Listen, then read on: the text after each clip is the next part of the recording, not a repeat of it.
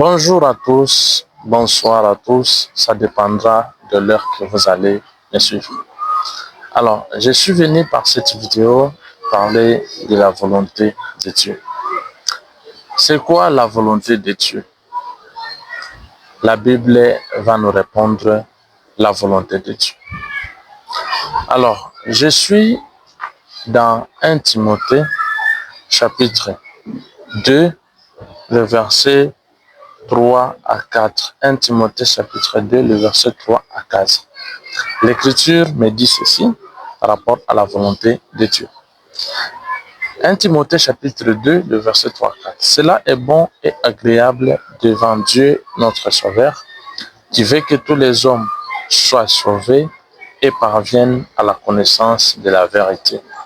Donc, la volonté de Dieu, c'est que les hommes soient sauvés et parviennent à la connaissance de la vérité. Alors, comment cette volonté de sauver les hommes est arrivée? Là, nous allons retourner un peu dans Genèse pour voir ce qui a suscité qui est au moins cette volonté pour voir les hommes être sauvés. Dans Genèse, on montre que Dieu a créé l'homme et la femme. Il les a placés dans le jardin d'Éden.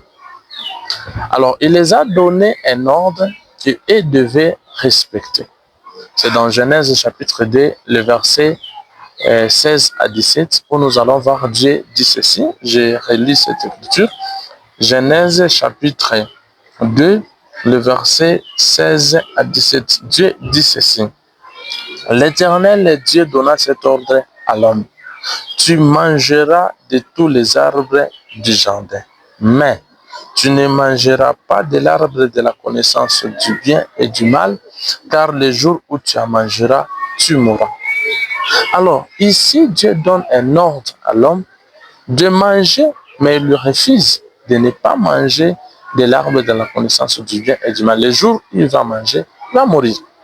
Alors, c'est très clair, cet ordre est clair. Il n'y a pas à discuter là-dessus. C'est quoi? Il faut respecter seulement l'ordre de l'Éternel Dieu. Mais arrivé dans Genèse chapitre 3, à partir du verset 6, on montre comment cet homme-là a décidé de transgresser l'ordre de Dieu. Genèse chapitre 3, l'Écriture dit ceci, Genèse 3, le verset 6. L'Écriture dit, la femme vit que l'arbre était bon à manger et agréable à la vie, et qu'il était précieux pour ouvrir l'intelligence. Elle prit de son fruit et en mangea. Elle en donna aussi à son mari qui était auprès d'elle et il mangea. Donc, automatiquement, l'homme a transgressé l'ordre de Dieu. Or, nous savons que la loi, elle est spirituelle. Nous savons aussi que le péché aussi, il est spirituel. L'homme, de la manière dont il a été créé, il est spirituel et il a été formé pour être physique. Donc, il est en même temps spirituel et physique. Voilà pourquoi il y a une écriture qui dit l'âme qui pêche, c'est celle qui mourra. Or, l'âme ne se laisse pas voir, l'âme, elle est spirituelle. Voilà pourquoi Dieu a dit le jour où tu mangeras, tu mourras. En d'autres termes, le jour où par ton âme, tu prendras la décision de manger, tu vas mourir. Et l'homme a pris la décision par son âme de manger et l'homme était mort. Et la mort qui est là-bas, ce n'était pas la mort physique. Parce que l'âme, elle est spirituelle. On parle de la mort spirituelle aussi. Parce que le péché, il est spirituel. La loi, elle est spirituelle. L'âme aussi, elle est spirituelle. Voilà pourquoi, en ces jours-là, l'homme était mort spirituellement. Comme l'homme était mort spirituellement, cela veut dire qu'il n'avait plus de vie en lui. Il n'avait plus la vie de Dieu en lui. Donc, il a besoin du salut. Il a besoin de la vie. Il a besoin d'être libéré de cette mort. Il a besoin d'être libéré de cet esclavagisme du péché. Pourquoi? Parce que Jésus dit ceci dans Jean. Jésus dit ceci dans Jean chapitre 8 à partir du verset 34. Jésus dit ceci à partir du verset 34. Il dit ceci. en vérité, je vous le dis, leur répliqua Jésus.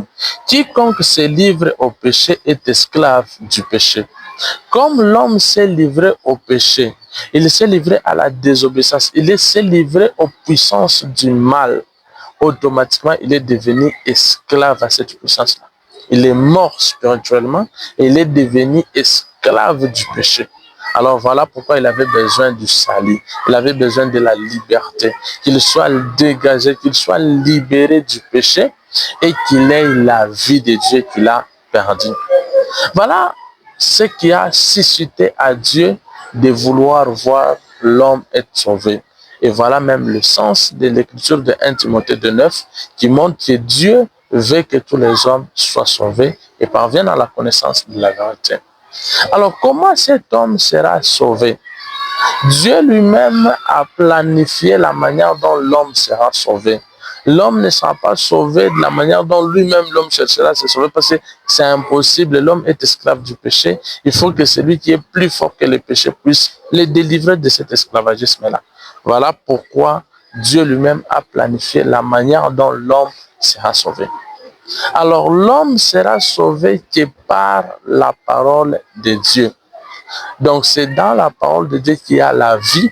Et une fois que cette parole arrive à l'homme et l'homme accepte cette parole, la vie entre en lui, la vie de Dieu entre en lui et cet homme est libéré du péché. Il n'est plus esclave du péché, mais il est devenu enfant de Dieu, il est devenu participant à la nature de Dieu, il est devenu libre du péché. C'est par la parole que cela s'accomplisse. Alors, je vais démontrer avec les Écritures que Dieu, pour sauver l'homme, il a envoyé sa parole. Maintenant, le salut se dispense à 4 dimensions. Il y a 4 dispensations du salut. En d'autres termes, pour que nous puissions comprendre, cela veut dire Dieu a envoyé sa parole en 4 dispensations pour sauver l'homme.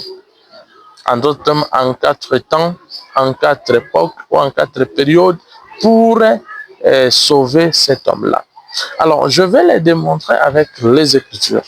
Premièrement, je demande comment Dieu a envoyé sa parole pour sauver l'homme. Je suis dans Jean chapitre 1er. Jean chapitre 1er, je commence à partir du verset 1. L'Écriture dit ceci. Au commencement était la parole. Et la parole était avec Dieu. Et la parole était Dieu. Elle était au commencement avec Dieu. Le verset 4. En elle, donc en la parole, en elle était la vie. Voilà, donc là, nous avons découvert d'abord que la vie se trouve dans la parole. En elle était la vie, et la vie était la lumière de tout homme. La lumière, lui, dans les ténèbres, et les ténèbres ne l'ont point reçu. Alors, c'est quoi? Ça veut dire que la parole, en elle, il y a la vie. Pour que l'homme puisse avoir la vie, donc il doit accepter la parole. Une fois qu'il accepte la parole, c'est en la parole où il y a la vie que l'homme est en train de chercher. Maintenant, c'est Dieu qui a envoyé sa parole à l'homme. Là, je suis dans Psaume, chapitre 107, le verset 20. Psaume 107.